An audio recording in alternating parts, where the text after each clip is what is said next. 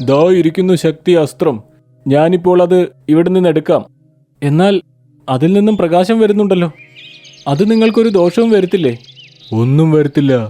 നിങ്ങൾ ഈ കാണുന്ന ഈ ഗ്ലാസ് ബോക്സ് ഇല്ലേ, അതിനുള്ളിലേക്ക് വജ്രം വന്നതിന് ശേഷം ആർക്കും ഒരു പ്രശ്നവും ഉണ്ടാവില്ല. ആ പ്രകാശത്തിൽ നിന്ന് രക്ഷപ്പെടാൻ അതിൻ്റെ മുമ്പിൽ ചെന്ന് ഈ ഗ്ലാസ് ബോക്സ് തുറന്നാൽ മതി. അപ്പോൾ വജ്രം ഇതിനകത്തേക്ക് വന്നുകൊള്ളും. കുറുക്കൻ അങ്ങനെ പറഞ്ഞ് അവന്റെ കയ്യിലെ ഗ്ലാസ് ബോക്സ് എടുത്തോണ്ട് ശക്തി അസ്ത്രത്തിന്റെ അടുത്തേക്ക് പോയി. അവൻ അതിന്റെ അടുത്തെത്തിയിരുന്നു. അതിൽ നിന്നും കിരണങ്ങൾ അവന്റെ അടുത്തേക്ക്. എന്റെ ദൈവമേ!